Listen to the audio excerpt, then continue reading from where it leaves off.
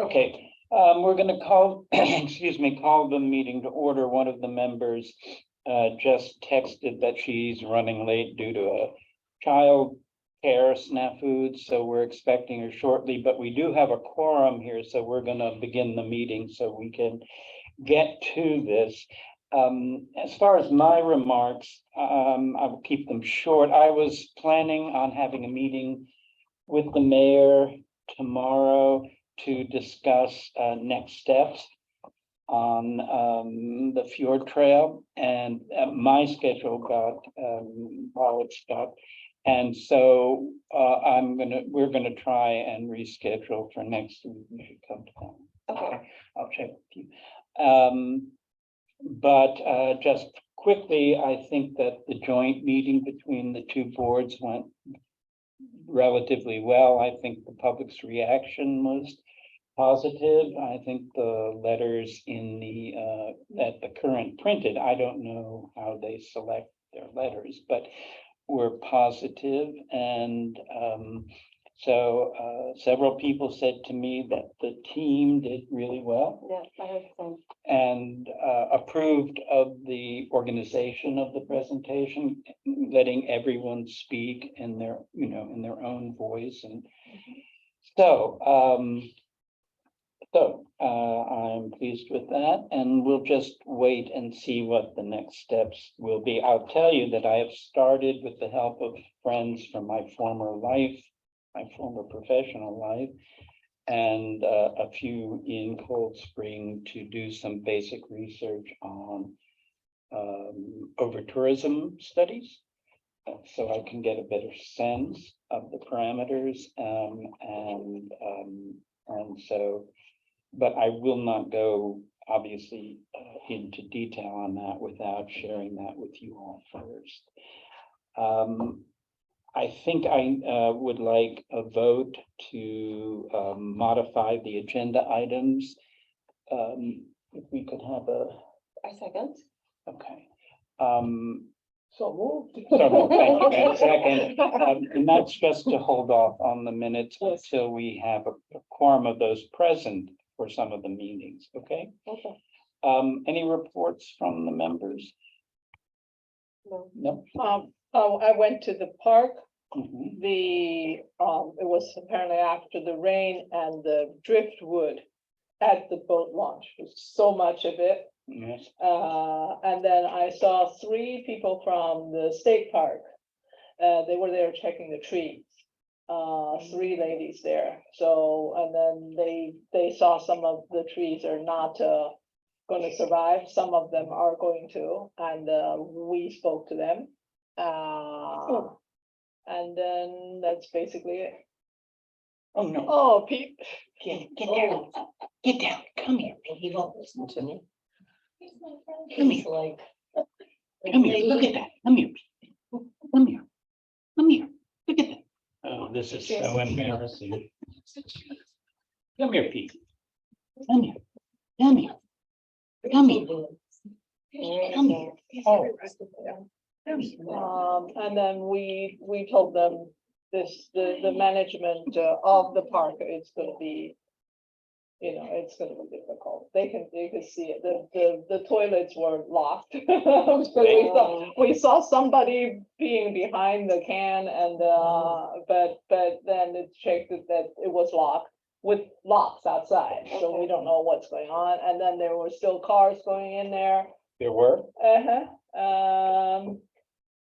But basically the park is there, and you can see things easily washed up when it's a high tide. The boat launch got so much driftwood. Is that just poor planning on the Parks Department? Oh, well, I can't say poor planning or good planning, but it is really obviously when you have the tide, it's that place is going to catch the driftwood. Yeah. And the garbage, yeah. Yeah. The garbage was not as much, there were a few bottles, but not really a lot of garbage with driftwood. And if somebody wants to launch a canoe or something, you need at least 3-4 people to take the pieces of wood to the park, to somewhere, in order to, but that's a report. Well, Okay. I believe that the that the village has officially taken over management of the park now, if I'm not mistaken.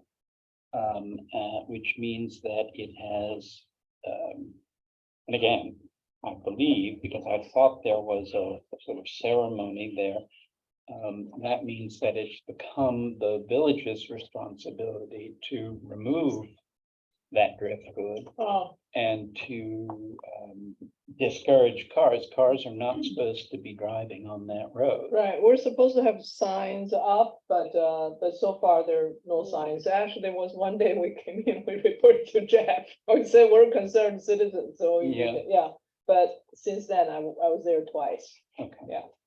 All right, well, thank you for the report. Laura, do you have any report to give? Nothing to report, Okay, yeah. great, thank you. Correspondence. We received 2 letters and 1 email to me that I then forwarded to you all. Yeah. From Yeah, citizens that are concerned about various aspects of the fjord trail. And since I've been chair, this is the first correspondence that we received. And I'm only mentioning that in that I think it is our responsibility to respond to correspondence that we get, but I am not familiar with how Matt did that. Oh, Matt, you're on? Oh, yeah. Oh, he is, okay. Okay, All great. right. He's connecting to the audio, okay. Okay. Let me just wait till Matt gets connected to audio. And you've noted Laura arrived. too? Yes. Okay. Sorry. Hey, Matt. Can you unmute, Matt, please? Sure. Thank you. I was just mentioning without seeing that you would come on board that we've received 2 letters and 1 email that I forwarded to everyone from citizens regarding various concerns with the fjord trail. And it's my sense that we ought to respond to these, at the very least acknowledging the receipt of them, but and so I'm looking to you for some advice, because we haven't received any since I've been chair, about how we've acknowledged citizen letters in the past. Do we go into detail on the letters and respond, or?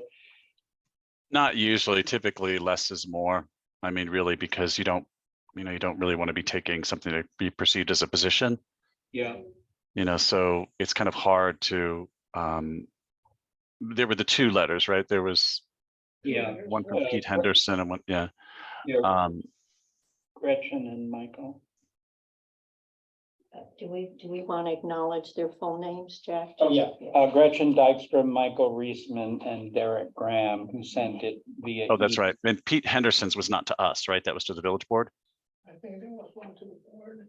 Yeah, Did we get copied on Pete Henderson's? I don't have, I have Michael. No, from you. There was an email from you. That was Derek Graham. Okay. Yeah. Yeah, Then- I think Pete Henderson was to the board. The but village I'll board. check. Yeah, I'll check Yeah. on that one, yeah.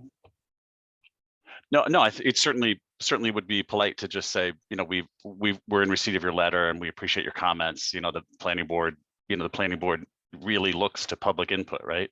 Yeah, And to kind of understand as we look at these issues, what the public feels. That's what we have as a board have been discussing too, right? That the village Yeah. board really needs to get the majority opinion on this. And so you're starting to get opinions, right? okay, and would it be appropriate for, I'm happy to draft a response. Is it appropriate then for me to send it around to everyone? Yeah, I think that's fine. Okay, all right, so I'll undertake those responses. Let's say tomorrow got really sort of, my schedule got mixed up tomorrow, so I'll do it over the weekend or Monday and then send it around, and then we can get them out to people early next week. Okay. All right, turning to old business. Stacy, you're on. I want to, for the public record, state that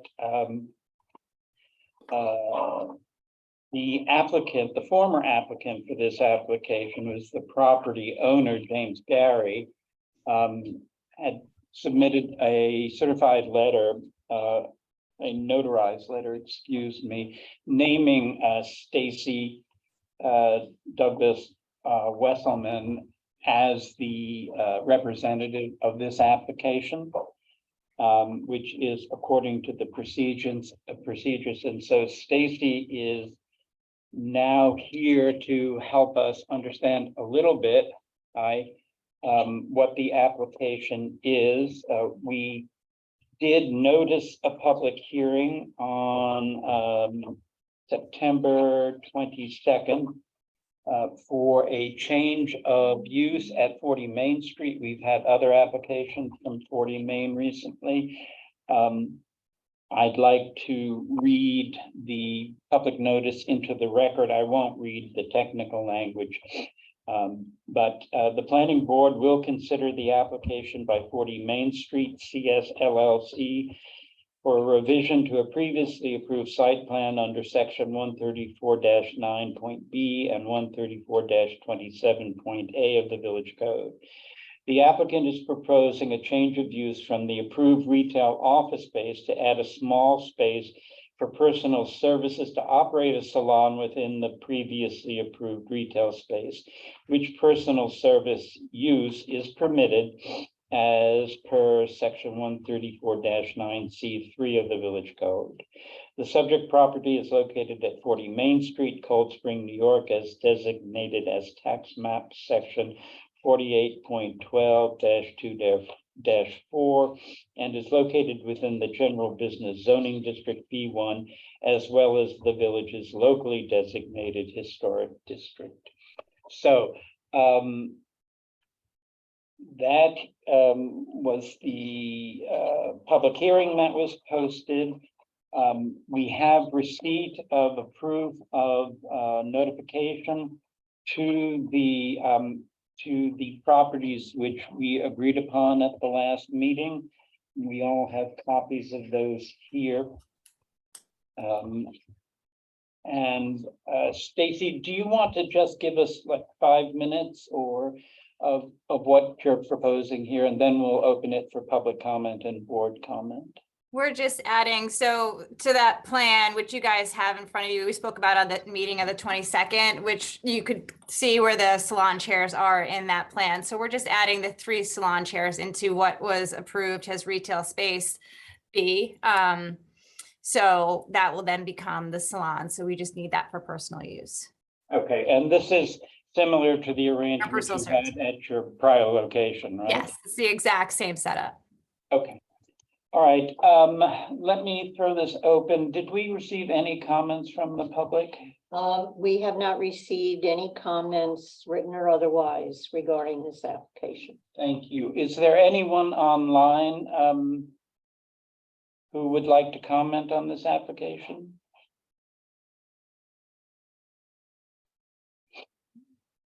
Okay, hearing none. Any comment from the board? No, No. All right, then we need to do a few things. One is to make a determination that this is the type 2 CEQA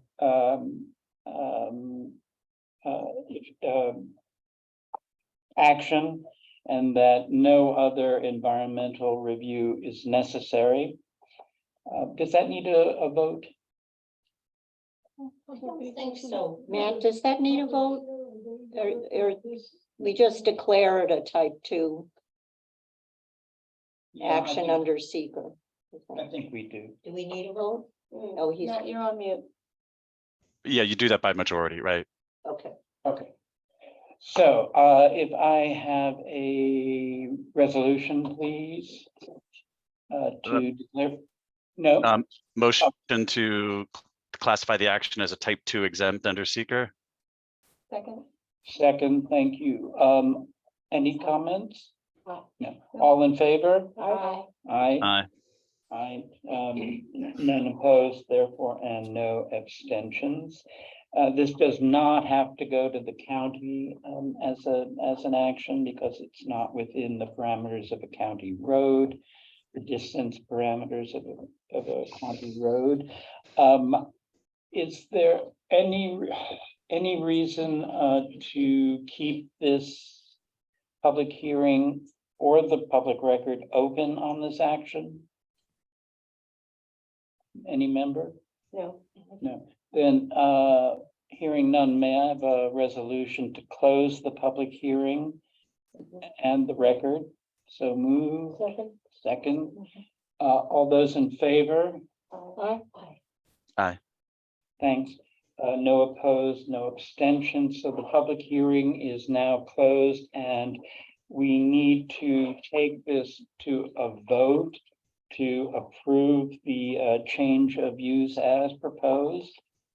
And if I may have a resolution, I move to approve the change of use. thank you.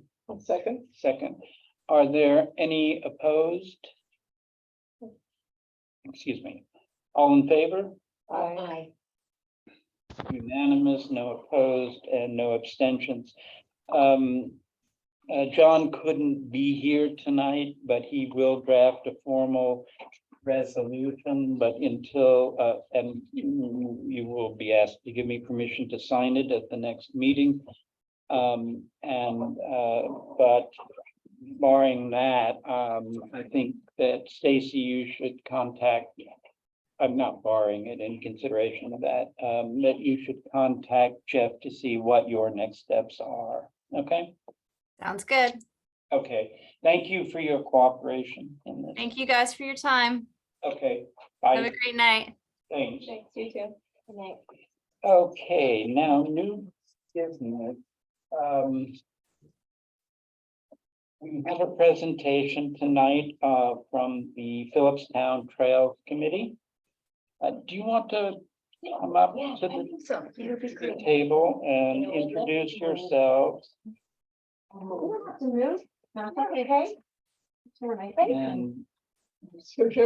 make sure we have you on camera. Where would you? It doesn't really matter. it's really most important that you be on camera, so. So, So maybe these two chairs that you can. Then you can't, we can't see you on. Oh, Yeah. so we have to sit with our backs to you. That's all right. That's all right. Yeah. Yeah, or just turn sideways. We could, that's not. Swivel your chairs. Yes, it can, so let me. Oh, Okay. even better. Uh, there we go. Okay, great. so why don't you take these chairs No anyway? more. Here we We go. don't wanna lose. No, here I am, here I am. I'm Okay. good, I can. Okay, so you guys. Okay, now we can see you and. All right, thank you.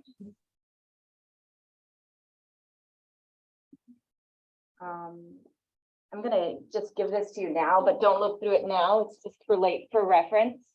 Okay, thanks. By the way, there is a copy of a deck has been distributed to us here, MJ, and it is also available on our website or on the Trail Committee website. Is this available on your? No. Okay, all right. No, because this is the community, we could consider Okay. it for sure, Okay. but this was more of getting feedback on our thoughts on our strategy and outreach. Okay. But if the public requests it, I don't see a problem Okay. sharing that with them. All right, so why don't you? Will it be live here? Can we pull it up and share? You want me to pull it up? So picking that can see it. Sure. And anyone else too.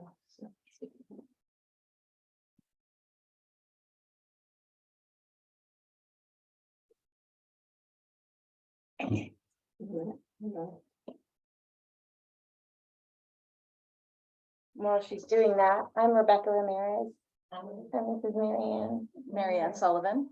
I live in Garrison, but I've been involved with the Trails Committee for a while, so thanks for having us. You're welcome. And your co-chairs? No, Laura Bosey and I have been co-chairs while we've been working on the feasibility study. We took that after Marianne was leading the efforts with Jason Angel for a while. Okay, great. We're ready to go. Okay. Sure. So the purpose of our presentation tonight is to just kind of update you on where the Phillips Town Trails Committee is with a process to do a feasibility study to look at the potential for a path between Cold Spring and Garrison or the Phillips Town Rec Center. So we're here to talk about kind of how we got to this point, all the kind of steps that along the way, and then also just to let you know where we are in the process of taking our feasibility study out to the community to get feedback from the community on it. Okay, so we are an official town advisory committee for the town of Phillipstown, and we have been for about a year, I think, although our history is much longer than that.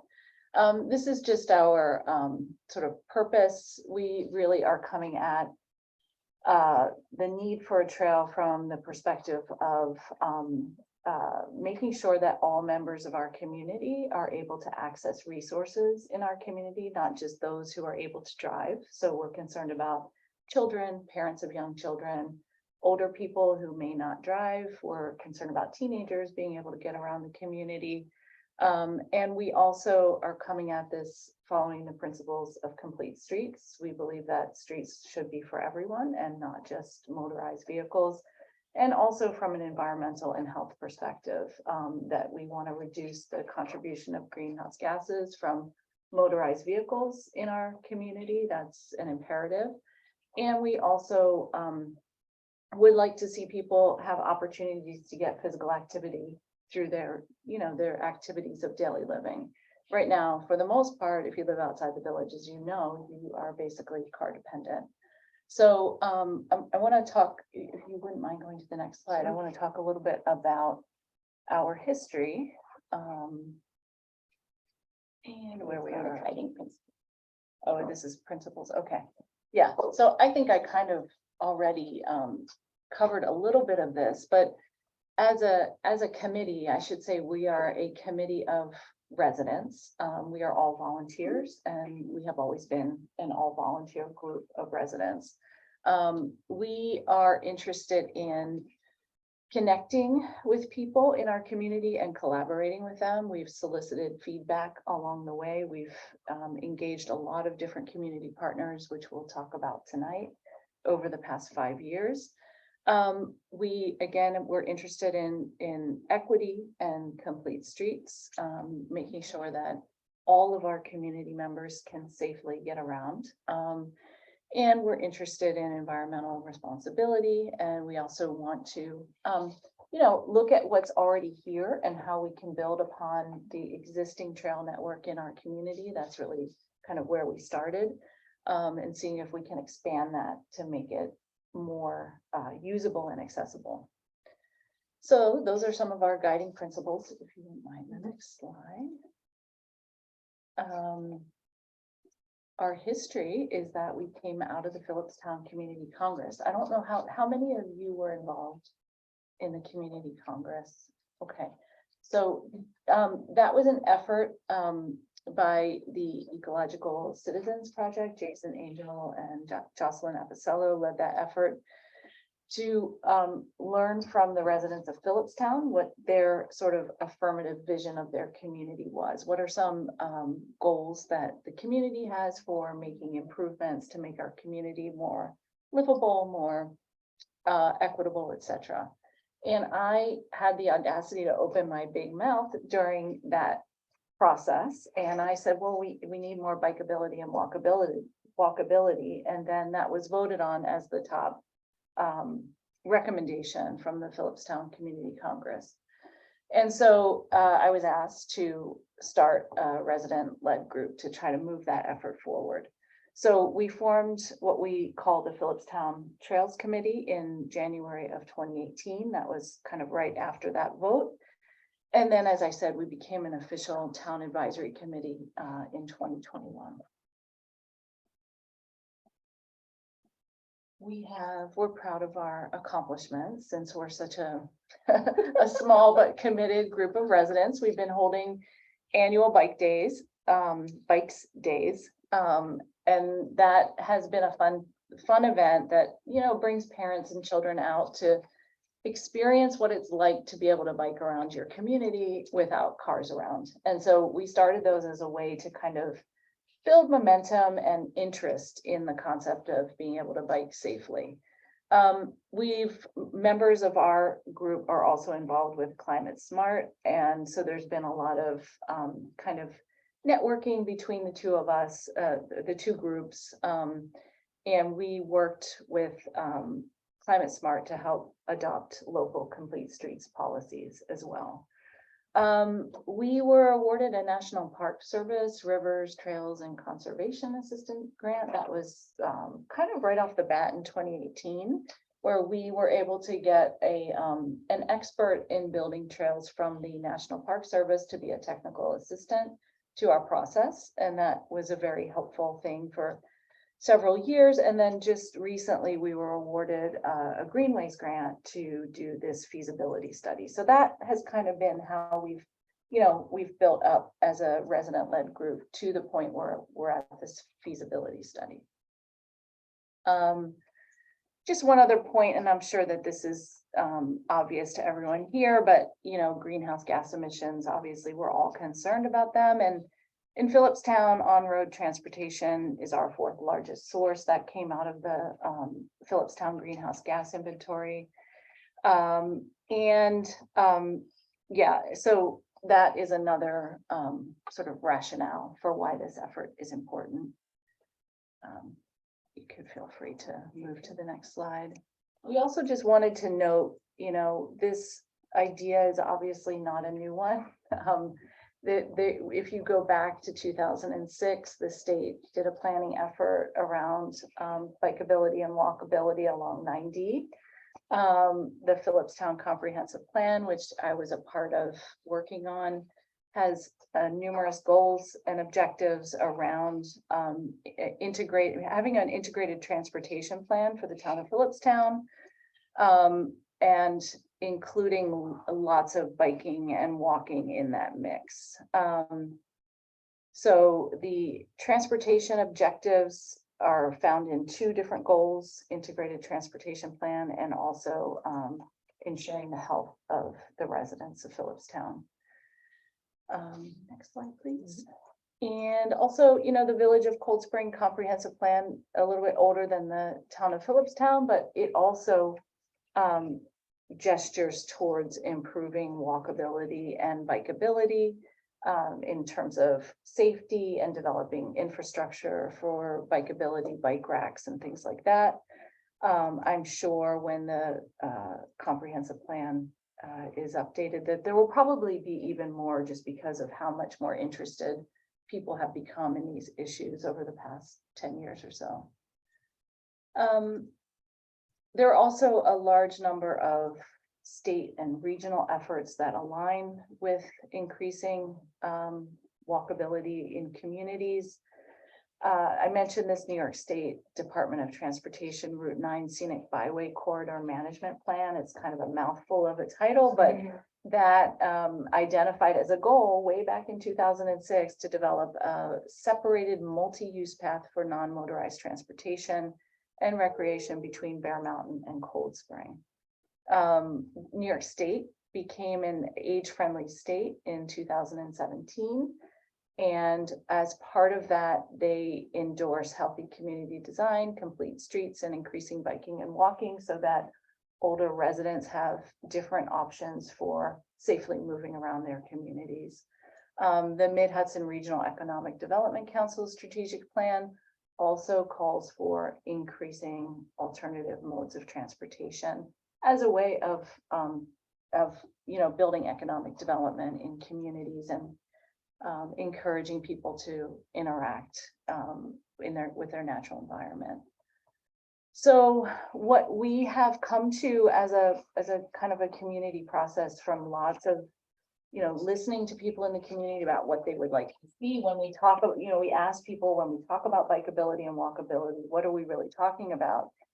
And what came up from several brainstorming sessions early on at the Desmond Fish Library was the notion of linking the places that we use on a daily basis, our schools, our parks, the rec center, libraries, all of the things that we all use every day that we would like to be able to walk to them. We'd like to be able to have our kids walk to them. And also, it would be nice for people to walk safely to the farmer's market. People are already obviously doing that, but not necessarily safely. People are, I don't know how often you're on 9D, but I regularly see people as I'm driving up and down the corridor on bikes, walking. They're already using it, but they're not using it safely. And so the idea here has really been focused on meeting local community needs for access to community spaces. That's been our kind of driving vision all along. So just remembering that the purpose of us sharing this today is to get feedback from you, even if it's not today, that we're open to listening and adapting like our processes and as we move forward, engaging the community. So we're not just, we won't be sharing our initial findings today. We will share those findings after we do some of our neighbor and adjoiners meetings to get their feedback, and then we'll share those at full community meetings. And then I'll share a calendar so you can see when everybody will be able to access this information. So the project area is from Cold Spring to Phillips Rec Center, and sharing the same information that Marianne shared. Potential path would link schools, libraries, parks, Audubon Society, Constitution Marsh, Boscobel House and Gardens, the train stations, and community destinations and landmarks. So the feasibility study was exploring 3 broad options between Cold Spring Village at about Downey Oil Bank Street on 9D to the Phillips Rec Center. The first option, just so you have some general idea, the first option that's been studied essentially follows 9D the whole way. The second option generally follows the Hudson, and the third option goes along 9D for sections. But the study looks at how general routes can be mixed and matched depending on what's feasible and preferred by the community. The goal is that the potential route or path utilize publicly owned land or land of nonprofits with their collaboration. So these are some of the neighbors that we've met, and we've been in conversations with them for years. Institutions, nonprofits, agencies, Boscobel, Desmond Fish Library, New York State Department of Transportation, Hastings Center, Hudson Highlands Land Trust, New York State Parks and Rec, Open Space Institute, Phillips Town Park Facilitator, and Scenic Hudson. And then some of the schools, we still are making our way down or along the path, but schools and children facilities that we've done so far: St. Basil Academy, Manitou, and Garrison Union Free School District. So we're still adding to the list. Those upcoming ones, we're hoping to meet with Haldane School District, Nest Child Care Center, and Phillips Town Recreation. With everyone we meet, we get new information, which we have to go back and sort of revisit and gives us new perspective. All of this, I just want to remind everyone that this was important in 2017 when the community voted walking and biking as #1, but now it's even more important with COVID. The importance of our public space and our streets being accessible to people, since we have to be outdoors so much, and still connecting with people. So we can move to the next slide. So we're sort of in the about to go into the stakeholder engagement phase. We've done existing conditions inventory and alternatives development analysis. And so if you just scroll down a little bit, we'll go through this in more detail at our community meetings and workshops, but we're in that stakeholder engagement phase right now. We do also want to emphasize that we're still very early in the process, and we're looking forward to the feasibility study continuing to be informed by our community engagement for the fall and winter. And ultimately, if there's strong community support, we anticipate that this would take somewhere along the lines from 5 to 10 years to be realized. In one of our meetings with Manitou, we've been discussing the safety, and student leadership there wants to be able to just cross the street to do outdoor learning at Boscobel. So we had a meeting which inspired us to connect with parents. And so we started looking at how many of our schools and education centers and are connected to 9D, and there's 7. So it's like about a total of close to 1,400, not including siblings, just the number of students enrolled in those learning places, education schools. So we decided to do a parent survey to ask our parents, how they feel about pedestrian safety, and I'm going to just share some of the findings from some of the survey results. But we've been gathering photos and images about how our street is being used. I don't know if you're looking at the street like this week, you're going to start to see this group of cyclists that's on the left-hand side of this image.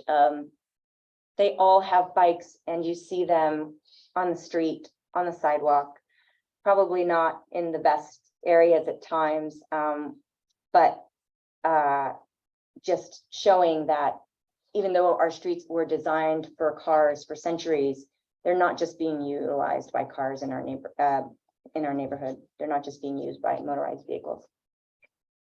So we asked a couple of questions that we are just sharing some of the data. Do you and your children walk along or near 9D in order to get to school? As you can see, 78 said yes, and 169 said no. Almost 70% said no. Next. Do you or your children, the next question is similar, but we asked, do you or your children bike along or near 9D in order to get to school? And we had 12.4% said yes, 88% said no.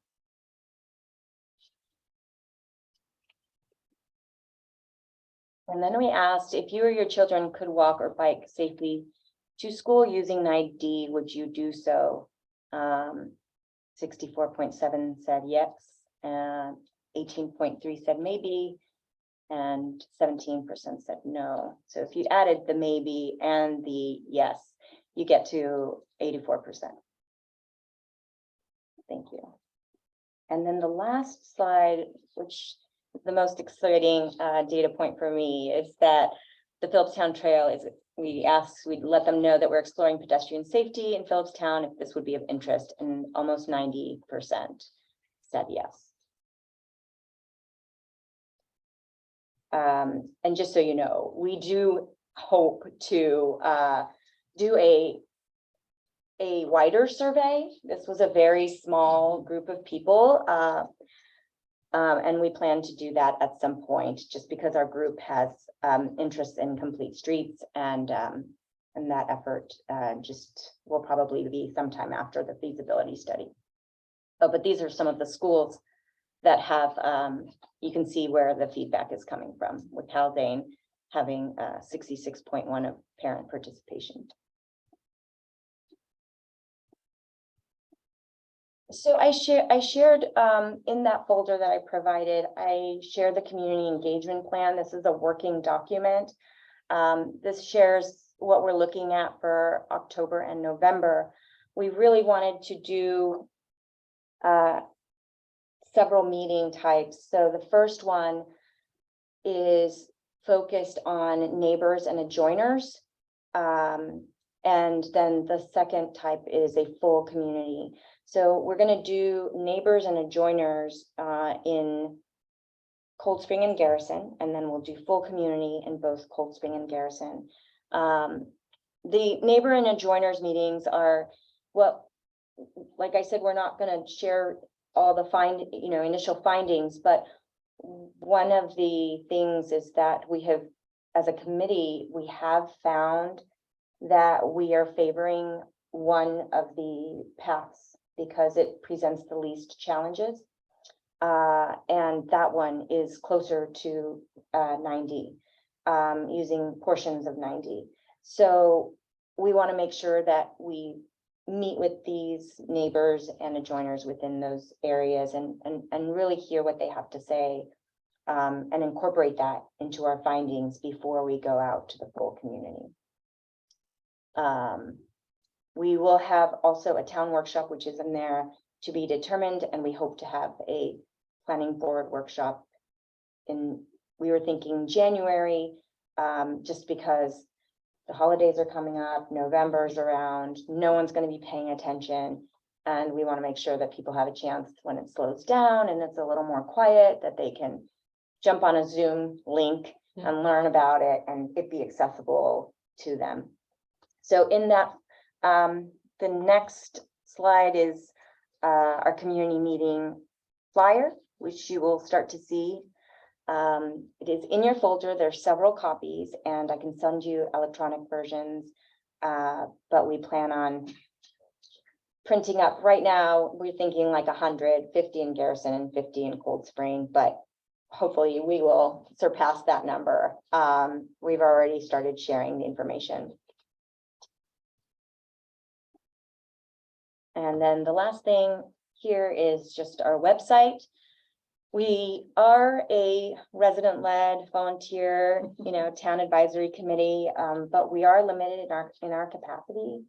So we are not really doing social media. We don't have that bandwidth. We will be sharing in limited ways, just an event so that people know it's there. But we're really going to stress the messaging to the community that if they want to speak to us, that we can meet with them, that they can get information from our website, they can email us, we'll pick up the phone and call them. But right now we just don't have that capacity to be in communication and talking about the project. And just want to remind everyone that our meetings are all open to the public and we want people to be a part of those meetings, helping us shape this project. This potential path is still the communities to construct, shape. Yeah. I think, did I miss anything? No, that's okay. I think so. Well, thank you. It's very ambitious. Do the board members have any questions? I do, I have two. First of all, I want to commend you guys on this effort and it's very ambitious as Jack mentioned, and being a group of volunteers that have lives and other things to do. I think what you guys have put together looks really great. We're knee deep now in working with the Parks Department and MJ here from the Fjord Trail folks. So this is, for me, really similar to a lot of the comments and stuff that we talked about the last meeting we had with the Village Board of Trustees. So I would encourage you, if you haven't seen it, or look on the website to get some of the documentation and notes and stuff, because a lot of those same questions, you should think about your version of those answers, similar to the way that we posed them to the folks from Fjord Trail. Two questions. I'm curious, and you don't have to answer now, maybe you can point it to us and maybe send it. The scope of the feasibility study, like all the things that they're going to be looking at about what is feasible? Because it could be really small, it could be really big. I'm just curious. Have you had discussions with them to just really narrow the scope of what it is? I heard you guys say earlier that they're looking at the feasibility of different pathways, which I think is great. I'm curious, are there other things it's looking at, like population control, infrastructure, environment, like there could be all kinds of things that you look at in a feasibility study. I'm just curious about that. And the second question I had is, who's paying for it?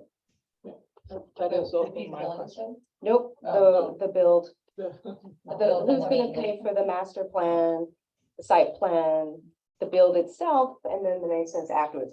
Big gigantic questions, don't expect answers today, but these are the things that noodle around in my head when I hear you guys talk about this. Do you want to answer or do you want me to take?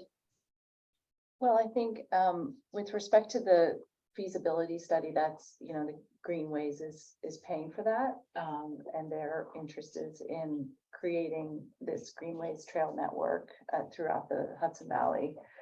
And so we could share, I'm sure we could share with you the grant proposal so you could see how it was framed. But really, we're very much just focused on the first question, which is, would a path even be feasible? Is there a place to put a path? And so that kind of some of the technical issues around that. The other things would come up in the next stage if we do figure out that See if it's viable. there is a viable, yeah, so it's Got a $30-something thousand study. We have a consultant who's doing it for us, working closely with us. So that's really the first step, is kind of a mapping and on the ground exploration of where could a trail go. Got it. Yeah. Okay. Mhm. And do you have anything to add, Rebecca? We're not a nonprofit, so we are moving at the pace that we can.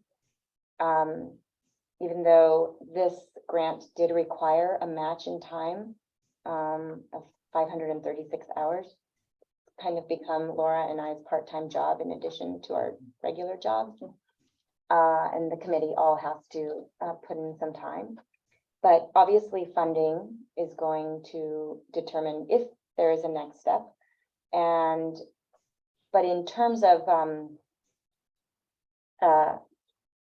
the feasibility study, when we share the findings, you're going to see that there are some parts that are just sidewalk, that what is being recommended is perhaps sidewalk in some areas. And the good thing is that we did have a meeting with New York State Department of Transportation, where one of the takeaways was that they communicated that they would be willing to work with us. If you want, we can send you the PDF of that management plan that had that really long name that Marianne shared, because they know the problems the challenges that 9D has. Yeah. Okay. But if we have more, we will certainly respond to that. And yes, we will think on your other recommendation to sort of look at these questions to know how will you respond? Yeah. Yeah, that's the thing that connects, bringing up the state, connects to one of my main questions, which is just, all the different, sort of jurisdictions that you have to connect to, and who's going to have ownership of it, because you're passing through different, depending on where the path is, you're passing through different areas, some that are controlled or not controlled, but yeah, just under You said public or not for profit owned lands, right? yeah, but then sometimes it's State-owned. state, Oh, it is sometimes sometimes, okay. always got it. state owned, I guess, public Public would and always be state. state. Yeah. Or not necessarily, right? It can also be. So it's a combination. So we said state-owned, public, and then obviously there's areas like Boscobel where that has to sort of be determined where. Yeah. And Jennifer Carlquist is a supporter of the project, and she also wants to make sure that it helps her mitigate some of the challenges that that the institution is experiencing through that very narrow gate. So, yes, it's still, there's still a lot of work to be done. Yeah, many questions, and just to reiterate that we are really in just the initial stage of Viability the- stage. Yeah, Exactly. right. Is it even a thing we can continue to talk about and move forward on, is kind of where we are. Yeah, I definitely like, as, I'm not sure if, I'm not speaking as we always speak as members of the planning board, but also as residents, and we're all residents, and, even just in terms of my daily commute within the village these days, I really feel the need. So I do appreciate all this work. There's not enough parking, regardless of all the gymnastics that we try to provide, make sure that, different businesses have sufficient parking. That's a part of what we deal with as the planning board, is parking. And so even if you didn't think about all the other benefits and factors that you have brought forth, it's just on a practical, I think the practical element, especially for short distance travel to community spaces, is really an important element. And it would be nice to have more avenues, pedestrian and bike friendly avenues. So Thanks, Sue. Well, Phillips Town is huge. And yeah, when when you think about Phillips Town, I think going up Main Street, and then we get to Phillips Town, that's it. When you say it's connected with Cold Spring and so on, I say, oh, okay, walk from Town Hall to Cold Spring, that's easy. And then with the park and so on, it's great. But I have tried and, get on to 9D just to walk. I actually walked 3 times from Cold Spring to Boswell. And that is in the morning. And I would say it's basically very dangerous, very dangerous. And also I have watched very carefully bicycles going there. And it just is, I can't say impossible, but I would not ride on that lane there at all. Yeah. Because it's considering the safety. Okay, so linking, I think it's a great idea. That's Matt, yeah. That's a great idea, but the feasibility is another thing. And there might be sections that's good, but there might be sections that's possible, or there might be sections that's with huge cost, may be possible. Yeah, and another issue, because I've heard about this before, that's why I'm bringing up, and also you were talking about it, is Constitution Marsh, Boswell to Cold Spring. I go to Boswell quite often, because we just like the place and we're members, so we go there quite often. And we go to the edge to look into the marsh and see how are we gonna get from the marsh in, link with Boswell. It needs a lot of work to get from the marsh to Boswell itself. It's a huge drop. And I think the marsh itself is such a treasure. It should not be disturbed at all, for the birds, for the deer, for all the things possible. It should not be disturbed. So walking along the marsh itself, you need a path, but the paths need to be built. It's not readily available. So without disturbing that, how are we going to achieve that? These are practical questions. Because I walk a lot, I see it, but I try to find places where we can walk. The 9D to Boswell is basically not safe. It's possible, but it's not safe. If you are riding on a bicycle and it's even more, not safe. That's personally my feeling. And then also your feasibility studies, just to avoid redundant parts, because there are things that's already done. There are parts that's not done. So try to use the existing information and see how you can use that and connect all these points. But basically from Phillipstown, let's just say from your town hall or Cold Spring to the recreational center, that's a long walk that I would not take. Yeah. So, why, if you take just the bicycle route, or why are we connecting there? That's another question. Do we need it that far to, to do the walkability or biking possibility? I don't know. That's just a question. So that makes your scope extremely big. So I have a couple things I want to share with you. Success can look like many things. It doesn't have to be this vision that we came up with, that the group and the committee has been working on for the past 5 years or so. I mean, success could really be like a crosswalk. Yes. So Laura and I had a meeting where we found out some information and we both were like, wow, okay, sort of taking it in because it sort of was information that was talking about the Indian Falls and how unsafe it is. And how we both and our committee members are all very sensitive to the impact of visitation.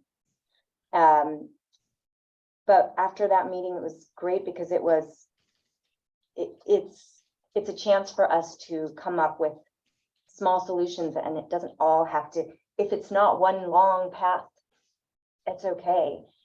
What we really want is strong community support. So that's going to kind of determine a lot of where, a lot of this. But, we are hearing a lot of the resident concerns and taking it in, because it's going to help us shape it to work for many and not just some. What is already in place? Oh, so we had a meeting with Open Space Institute, and there's already, some of it is already there.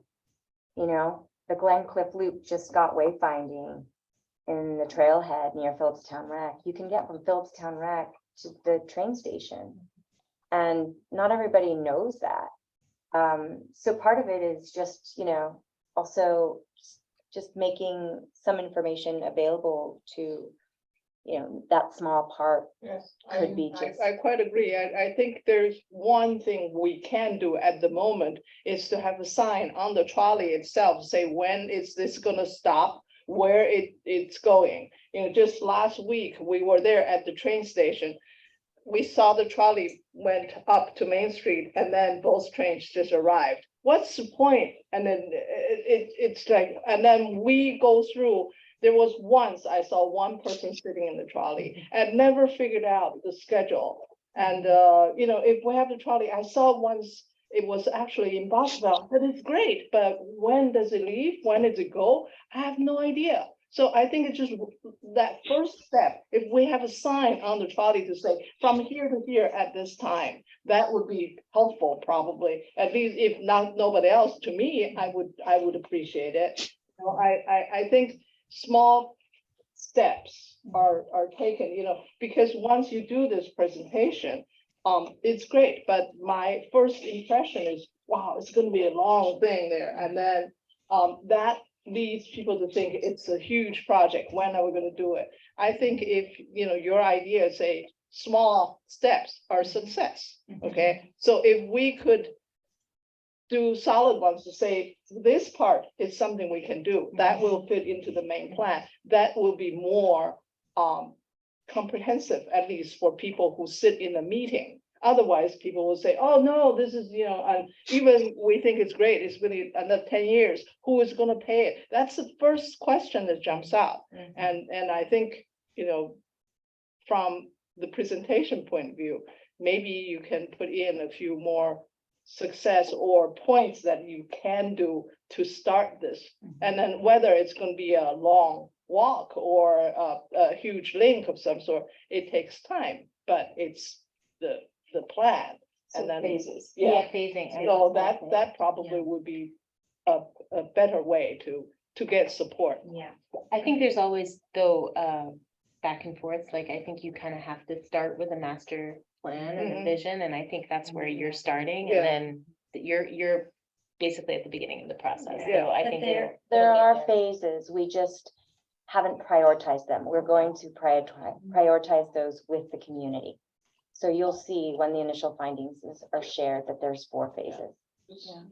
Sounds great. It And- just. And to your other question about why to the Phillipstown Rec, I just wanted to address that, and that is because we've really been informed by the previous work that was done prior to when we came along, what people have been asking for a long time, the comprehensive plans, which mention that, but those are important documents, and the first Phillipstown comprehensive plan had something in there about, better pedestrian access to those kinds of things, community brainstorming sessions, and then just our vision of a more equitable way of moving around our community so that teenagers, younger kids, if they're going to summer camp at the rec and they live in Cold Spring, they can get on their bike and ride down there. And mom and dad don't have to miss work to, drive their kids to summer camp or be late. That's kind of the vision that we had, is that a lot of people in our community are limited in their ability to move around because they don't drive, because they're not of age, or for whatever reason they don't drive. They might have a disability that doesn't allow them to drive. So that's the answer to that question. Okay, this has been great. I want to ask Matt whether he has any comments. No, it's like you said, it's very ambitious. It's always great to have, to have access. I don't imagine there's any way it could be made accessible, like ADA accessible, right? I mean, based on the terrain that you're on. I mean, I'm not sure how you do it even with the terrain, but it seems like you need funiculars. It is a goal. Okay, great, excellent, great. That's a great goal. Okay, well, thank you all very much. As I said, I think it's very ambitious. I'm assuming that the work product of the feasibility study will contain or include a preferred route, and that the preferred route, you will have a chain of property ownership within the preferred route, and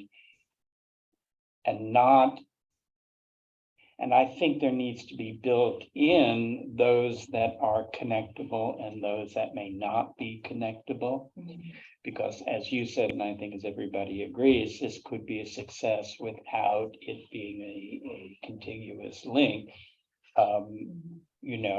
If it's done strategically based on the properties that are most easily accessible, both in terms of ownership and the actual, physical location of those spaces.